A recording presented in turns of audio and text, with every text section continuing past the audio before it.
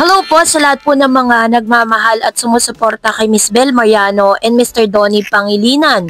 Dahil meron naman pong panibagong mga pangyayari sa buhay nila ngayon na talagang ikinasaya at talagang umaapaw po, no? At nagpakita po sila ng suportahan sa isa't isa. Ano nga ba itong isa sa mga naging iconic talagang hinangaan, no, ni Direk Cathy Garcia Sampa ng Isabel Mariano dahil sa ipinakita nito. Ang lahat ng yan ay pag-uusapan natin maya-maya lang. But before that, if you haven't subscribed yet to my YouTube channel, please don't forget to like, share, and subscribe at hit mo na rin ang notification bell for more showbiz updates. Of course, bago tayo magpatuloy sa ating updates for today's video, nais ko pong pasalamatan kayo for always watching and trusting this channel. Thank you so much sa inyong laging panonood at palagi ang pagsubaybay sa mga updates po natin. Maraming salamat po.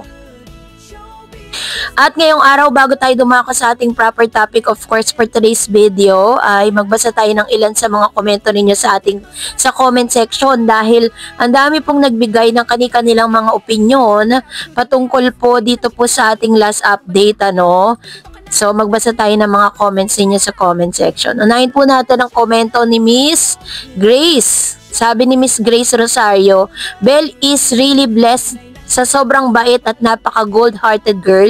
Congrats Bel and Niela sa Tali Cosmetics, their new business, super wow. God bless and more power, love it. Thanks also Donnie for love and support for Bel. Our hearts are so happy for Don Bel. Super love forever. Thanks to Miss Tarets for everything. Ayan. Salamat Ma'am si Grace. And si Miss Jenny Pumikpik, grabe po, hanggang ngayon pinipilahan ang meet, greet, and buy. Sobrang laki na po ng kinita nila. Marami talaga nagmamahal kay Bel Mariano at sa Pakundo family. Thank you po Miss Hared sa laging update sa Don Bel. Always watching your channel and God bless you more.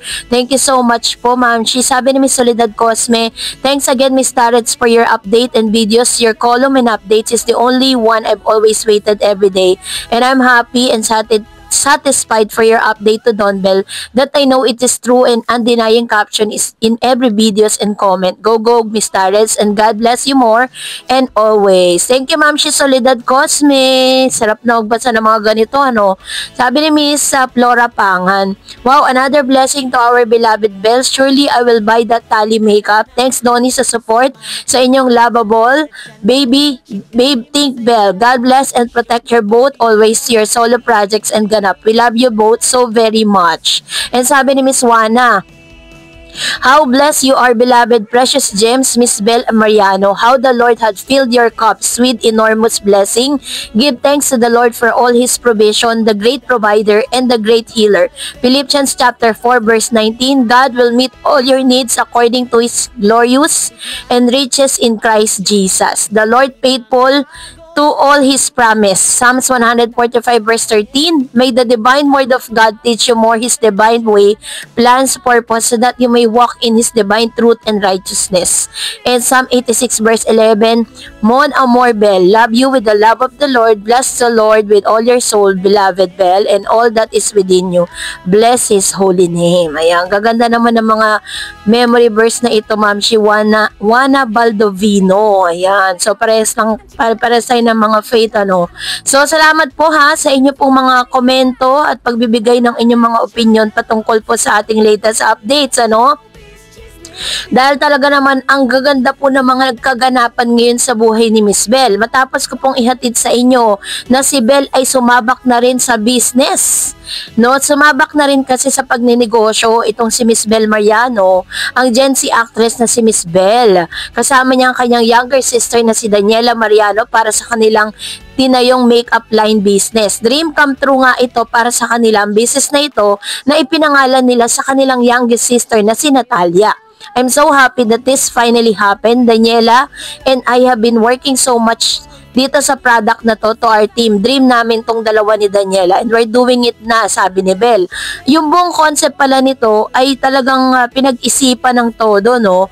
At yung kapatid niya mismo ang parang naging daan para talagang pumasok na siya sa ganitong klase ng business. Alam niyo po ba na doon po sa launch, hindi po iniwan ni Mr. Donnie Pangilinan si Belle hanggang sa matapos yung party na yun.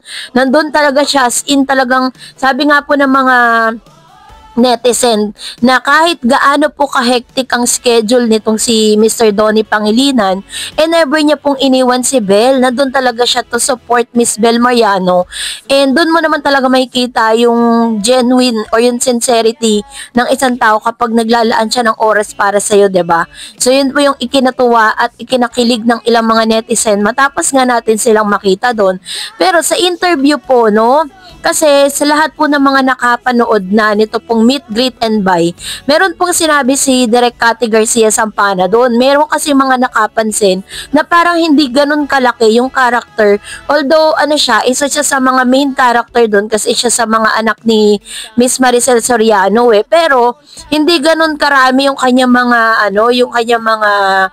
mga tawag dito, yung dialogue. Medyo medyo maikli lang yung mga dialogue niya, talagang silent lang talaga siya, parang observer lang siya, parang lang siya, yung talagang isinama lang siya sa pamilya, pero hindi ganun kalaki yung or kahaba yung mga linya niya. Ipinaliwanag po yan ni Direk Cathy Garcia Sampana na talaga namang naka-witness po niyan yung mga nanonood or nanood na ng meet, greet, and buy. Sabi niya ganon, on Belle, she revealed she hardly said, sabi niya. She hardly said things. Parang wala siyang bonggang-bonggang iyakan, but I did not need that from Belle. I just needed her to be Jerry and she played it so well. Hindi ko nakita si Belle, nakita ko si Jerry. Ako kasi yung director na hindi naniniwalang kailangan mag-monologue ka at kailangan umarya ka para masabi kitang magaling. In the silent portion or in the silent shots that I gave you and in those quiet moments that were appreciate actors most.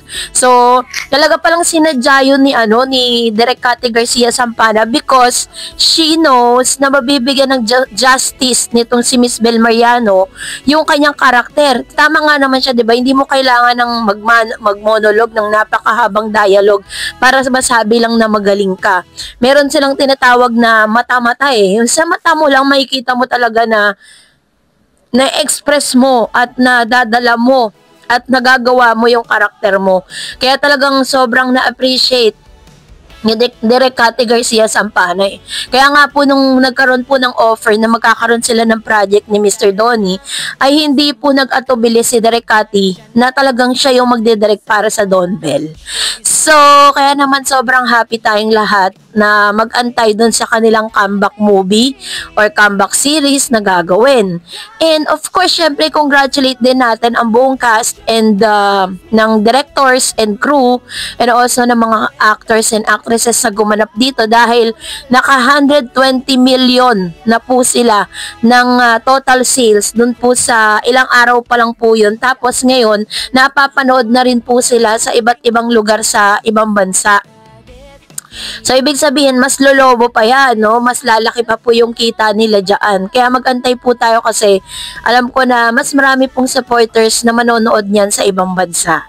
So, that's it for today. For more videos and updates, please don't forget to like and subscribe. And please don't forget to follow my Facebook page, Dar Eds TV and Dar Eds channel. God bless everyone!